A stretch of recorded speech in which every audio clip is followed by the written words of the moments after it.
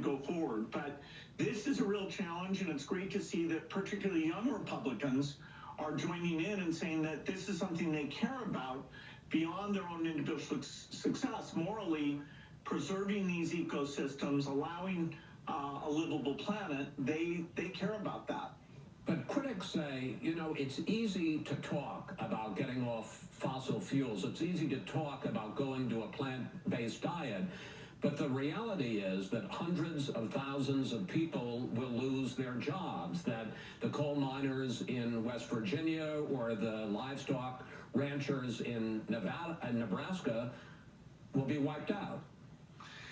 Well, it's very important as we solve this problem that we not cause those community dislocations. You know, we have a 30-year transition period. The skill sets involved, whether it's making clean hydrogen, sequestering CO2, the engineering skill sets, the things that those workers do will be important. In fact, we're going to have to almost triple the size of the electric grid and build all that transmission. And so it's not like there's going to be a shortage of jobs overall. It's just balancing to make sure that, each community fits into the plan. Let's talk about your book. You say that we have to go from the 51 billion tons of greenhouse gas emissions, from 51 billion tons to zero by the year 2050, and that anything less than that will precipitate a catastrophe. Well, yes, the CO2 stays in the atmosphere for thousands of years, and that's what forces the temperatures to go up.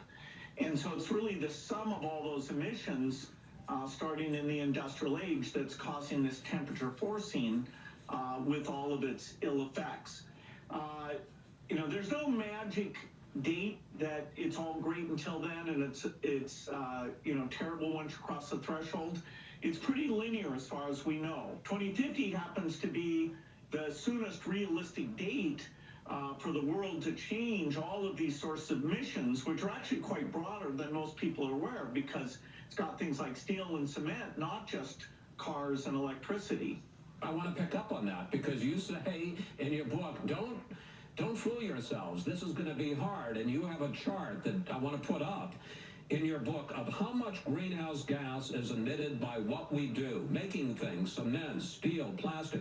31% of all emissions, plugging in, electricity, 27%, growing things, 19%, getting around, transportation, 16%, and keeping warm and cool, 7%. You say a lot of the things that we're focused on now, like electric vehicles, are important, but that's the easy part. Exactly. If all you had to do was a 30% reduction, then you should take the easiest 30%. Because the goal is to get to zero, you've got to work in parallel, not just on the easy stuff, but also on the very hard stuff. You've got to increase R&D budgets. You've got to have lots of risk capital to make these products in a new way, and hopefully create companies that not only build jobs, but export these green approaches to the entire world. You admit at the very start of your book, in the opening pages, that you are an imperfect messenger for all this. You admit, you acknowledge, you live in big houses, you fly around in private jets, and have a big carbon footprint. So how do you answer people who say, well, who's Bill Gates to preach to us? That's absolutely right. I am offsetting my carbon emissions by buying clean aviation fuel and funding carbon capture and funding low-cost housing projects to use electricity instead of natural gas. And so I have been able to eliminate it, and it was amazing to me how expensive that was. That cost of being green, the green premium, we've got to drive that down. But to me, my experience in innovation and thinking about the right metrics, I felt like if we have this idealistic generation and this wonderful goal, we need a plan, and that my experience could help contribute to that plan. Then there are the critics on the left who say that you are behind the curve, and that in fact you should be supporting the Green New Deal and going for zero net emissions not in 2050, but in 2030. Yeah, it's completely unrealistic to think we could eliminate emissions by 2030, and not seeing that this problem is hard will be part of the difficulty of getting engaged into it. So where I come out and I'll try to have great debates with people is that it's very hard. We're going to have to use all 30 years, but it's not impossible.